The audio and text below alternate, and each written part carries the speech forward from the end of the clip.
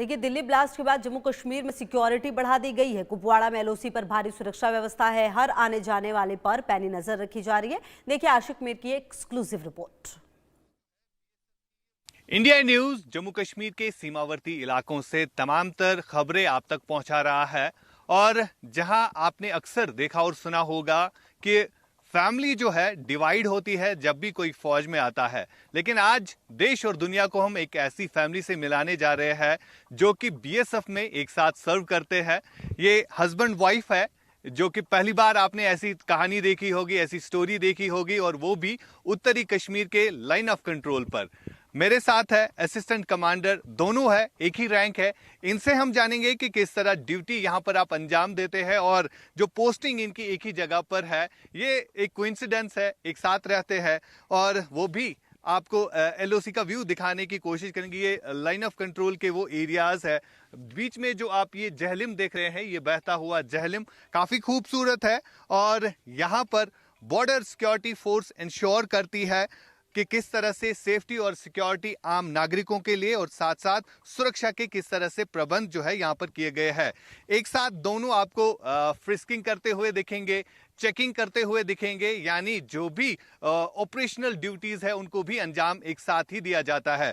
सबसे पहले आपका शुक्रिया बात करने के लिए।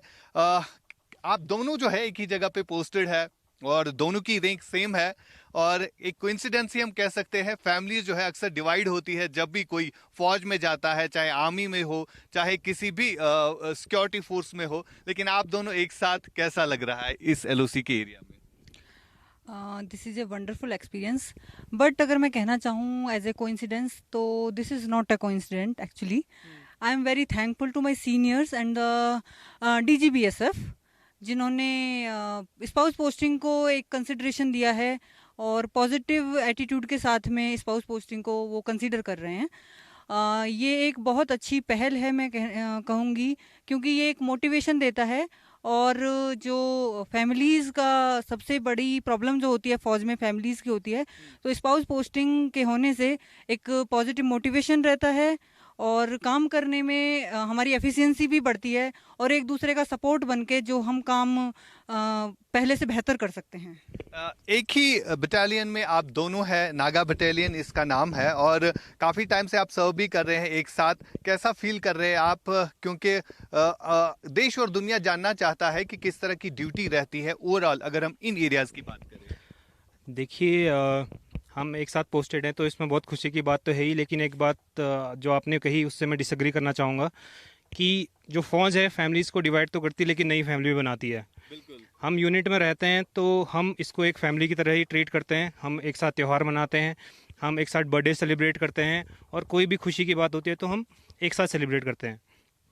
तो एक फैमिली के तौर पे हम एक साथ हमें रहने का मौका मिल रहा है।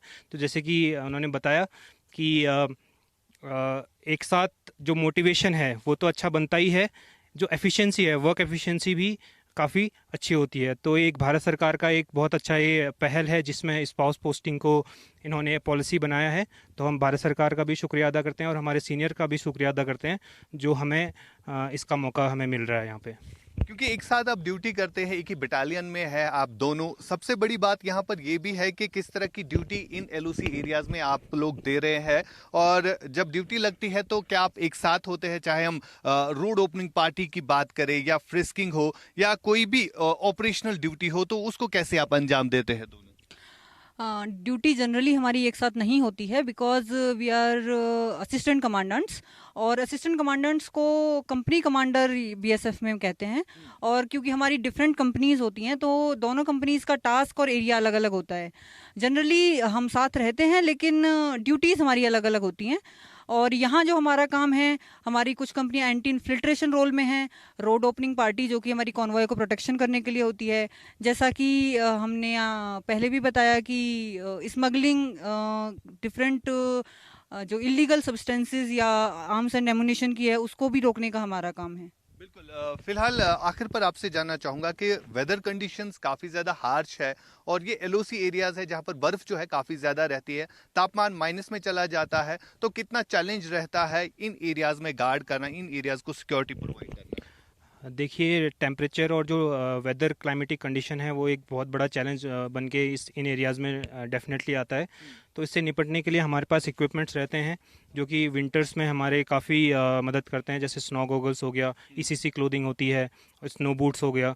तो इन सब इक्विपमेंट्स की मदद से हम इस वेदर के और क्लाइमेटिक जो चैलेंजेस हैं उससे हम डील करते हैं और अपनी ड्यूटी को अच्छे से परफॉर्म करते हैं। ऑपरेशन सिंदूर जब हुआ था, आप दोनों एक साथ ही ड्यूटी दे रहे थे, तो क्या कुछ फील उस समय किया, क्या कुछ देखा और उस समय सुना? जी, ऑपरेशन सिंदूर एक बहुत अलग एक अनुभव था। उससे बहुत कुछ सीखने को मिला और हमारा तो एक पहला ही कॉम्बैट का एक्सपीरियंस था। तो हम बहुत अपने आप को एक खुशनसीब भी मानते हैं यहाँ पे कि इस ऑपरेशन में हमारी भी कुछ भागीदारी रही है। तो काफ़ी कुछ सीखा, काफ़ी जो पाकिस्तान की तरफ से ड्रोन्स आए यहाँ पे और शेलिंग हुई। तो इन सब जो एक अनुभव है हमें हमारी पर्सनालिटी को और एक हमारा जो ऑपरेशनल एक्सपीरियंस है इसको बढ़ाने में काफ़ी मदद की है। देशवासियों को आपकी तरफ से क्या पैगाम रहेगा, क्योंकि आप एलओसी पर तैनात है और यहाँ पर आपने बहुत कुछ देखा और सुना भी, चाहे हम ऑपरेशन सिंदूर की बात करें या उसके बाद की जितनी भी परिस्थितियां इस समय बनी हुई है, तो देशवासियों को क्या कहना चाहेंगे यहाँ से आप एलओसी से? मैं देशवासियों को यही कहना चाहूँगी कि जब तक इस देश के फौजी, चाहे वो किसी भी आर्म्ड फोर्सेस में हों, सीमा पर तैनात हैं, एलओसी पर तैनात हैं, वो सेफ हैं और हम उनकी सेफ्टी के लिए हर भरसक प्रयास करेंगे। बहुत शुक्रिया बात करने के लिए। देश की रक्षा के लिए जिस तरह से बॉर्डर सिक्योरिटी फोर्स अलर्ट है, चाहे हम बॉर्डर्स की बात करें, एलओसीज की बात करें या प्लेन्स की बात करें, तो लगातार जिस तरह से काम को अंजाम दिया जाता है, ये एक बड़ी बात है और देशवासियों को इन जैसे जवानों पर गर्व है। इंडिया न्यूज के लिए आशिक मीर। देखिए, जब से देश में एसआईआर की प्रक्रिया शुरू हुई तब से कई राज्यों